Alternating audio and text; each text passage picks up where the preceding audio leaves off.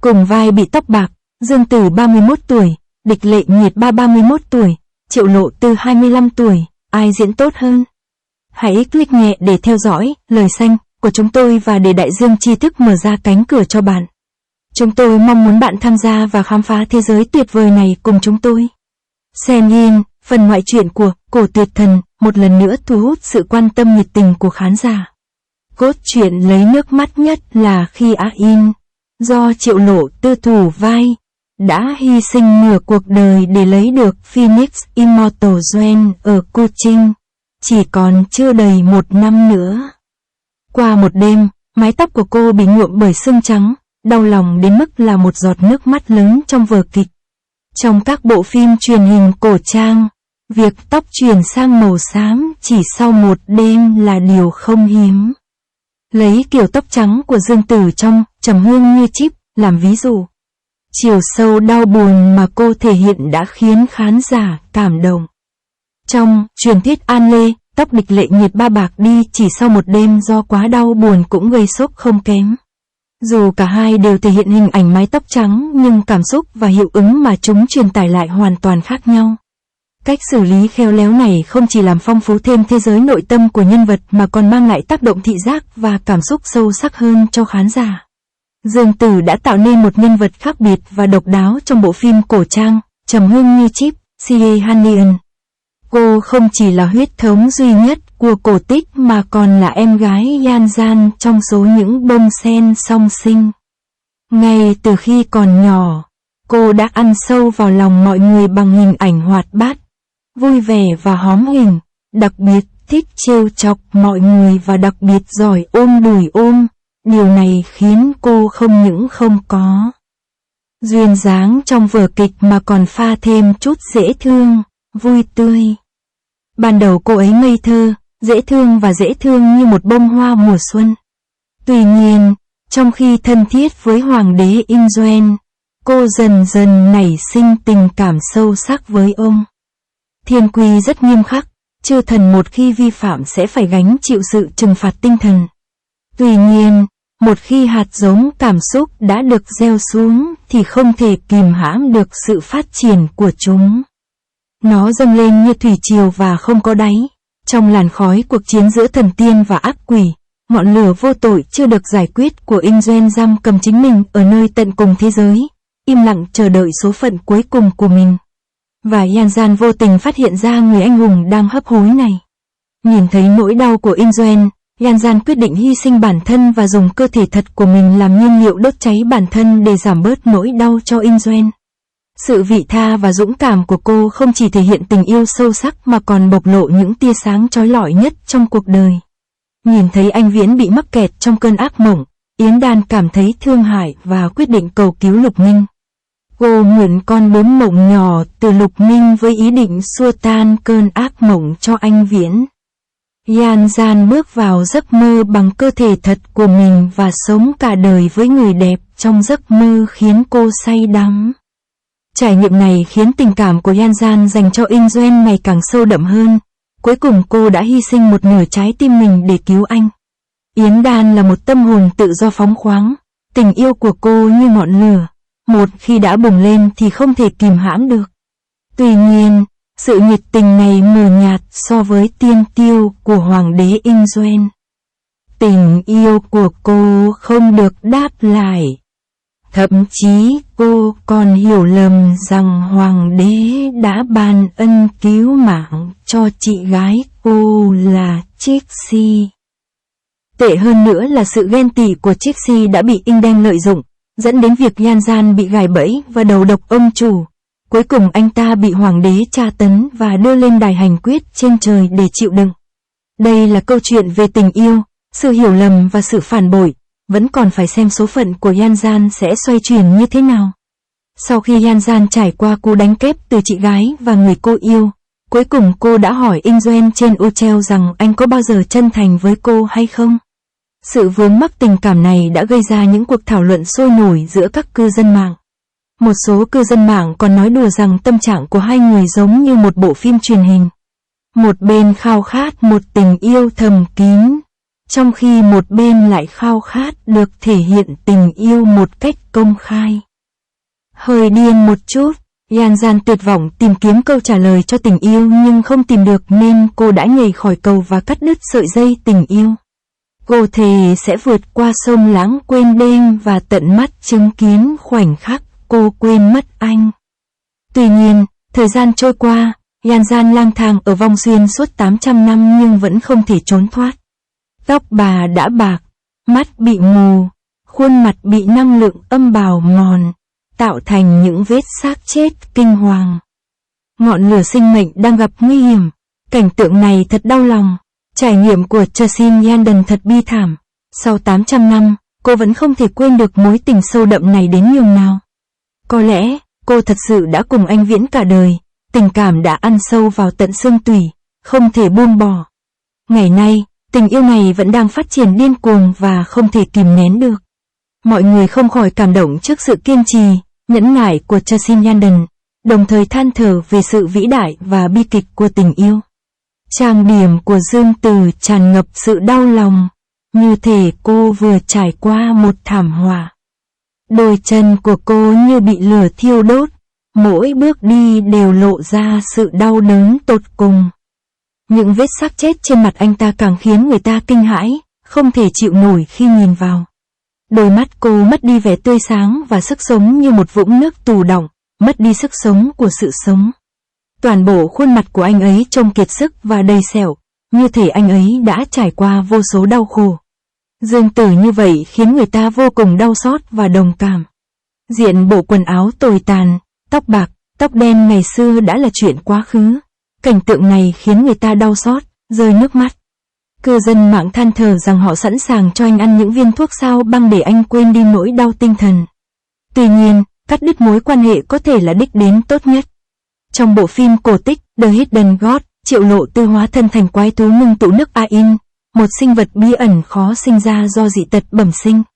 Tuy nhiên, do một sự trùng hợp ngẫu nhiên, một tia năng lượng bất tử từ Phượng Hoàng Lửa Phân Nguyên vô tình hòa nhập vào quả trứng quái thú ngưng tụ nước đã ngủ yên hàng ngàn năm, khiến Ain thoát ra khỏi vỏ một cách thần kỳ và biến thành một cô gái duyên dáng. Kể từ đó, cô có mối liên hệ chặt chẽ với số phận của Cu Trinh, con trai của Chúa, và họ cùng nhau dệt nên một câu chuyện cổ tích hấp dẫn. Ain yêu Cu Trinh nhưng Cu Trinh không thể trân trọng tình yêu của cô vì tình yêu của anh đã bị lấy đi. Trong cốt truyện mới nhất, trái tim của Ain đã bị Cu Trinh vò nát một cách tàn nhẫn. Anh ta đã nhẫn tâm vò nát tóc cô, khiến cô cảm thấy mình thật tầm thường trong lòng Cu Trinh. Trong cuộc chiến tình cảm này, tình yêu của Ain dường như thật nhạt nhẽo và yếu đuối, trong khi sự tàn nhẫn của Cu Trinh lại khiến người ta đau lòng. Tình yêu của Ain dường như đã được định sẵn trở thành nạn nhân trong mối ràng buộc tình cảm này.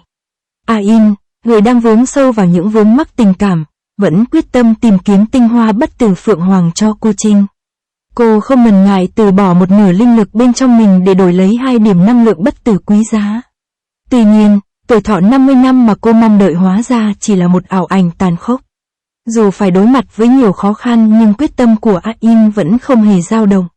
Cô vẫn tiếp tục làm việc cho Cu Trinh và mong một ngày nào đó được chứng kiến sự tái sinh của anh. Ain, một sinh vật bị ác linh tấn công trước khi được sinh ra, đã thoát khỏi xiềng xích của cái chết một cách thần kỳ và được sinh ra trên thế giới. Tuy nhiên, ngọn lửa cuộc đời cô bùng cháy vô cùng ngắn ngủi, chỉ tồn tại được 10 năm. Giờ đây, 4 năm đã trôi qua, ngọn lửa sinh mệnh của Ain đang lụi tàn, chỉ còn chưa đầy 1 năm nữa. Cuộc đời của Ain mong manh và ngắn ngủi, giống như một chiếc lá rơi bị thời gian lãng quên. Qua một đêm, mái tóc xanh của cô biến thành tuyết trắng, ngọn nến sinh mệnh đung đưa trong gió và có thể tắt bất cứ lúc nào. Triệu Lộ Tư khoe mái tóc trắng tựa như đang suy đoán số phận của Phong Âm sau khi trải qua thảm họa. Sắc mặt cô thỉnh thoảng tái nhợt, bộc lộ nỗi buồn sắp biến mất của Ain.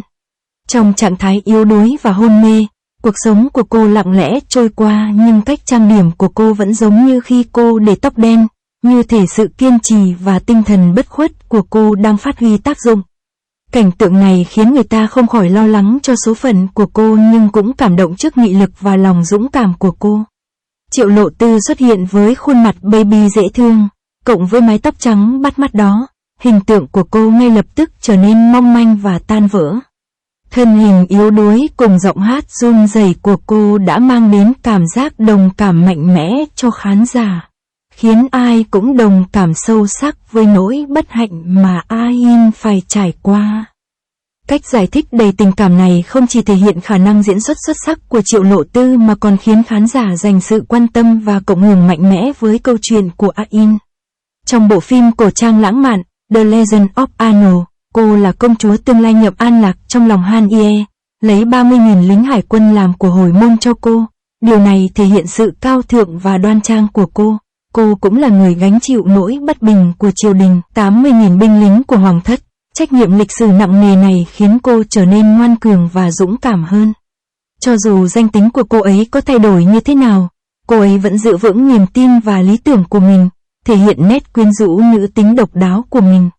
Mối thù huyết thống giữa họ sâu sắc như sự ngăn cách của núi và biển, không thể vượt qua. Cảm xúc này giống như người thân bị núi và biển ngăn cách, dù khoảng cách giữa núi và biển có xa xôi nhưng cảm xúc trong lòng không thể nguôi ngoai. Anh cũng từng có tình cảm với một người tên Nhậm An Lạc, nhưng anh hiểu rằng người anh thực sự muốn bảo vệ chính là Địch Tử Viễn chứ không phải bất kỳ ai dưới cái tên đó. Tình yêu của anh kiên định và không lay chuyển. Cuộc tranh chấp giữa Hàn gia và Di gia 10 năm trước liên quan đến hàng vạn sinh mạng. Hiện tại sự thật đã được phơi bày. Hóa ra nhà Hàn mắc nợ nhà địch một món nợ ân tình rất lớn. Cuộc xung đột tai hại này đã dẫn đến cái kết bi thảm của cả hai người.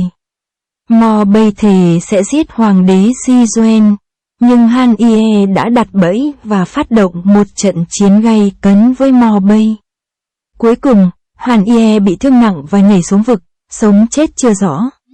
Sự bất bình và hận thù vướng mắc này khiến mọi người phải thở dài tiếc nuối. Hoàng đế cuối cùng cũng nhận ra rằng Han Ye vẫn luôn như vậy và tình yêu sâu sắc của anh dành cho cô chưa bao giờ thay đổi. Ông từng gánh vác lỗi lầm của thế hệ cha ông, luôn tôn trọng lẽ phải và lòng nhân ái, không ngần ngại hy sinh thân mình vì nhân dân. Sự kiên trì và chân thành này khiến hoàng đế tràn đầy khao khát và gắn bó sâu sắc với anh.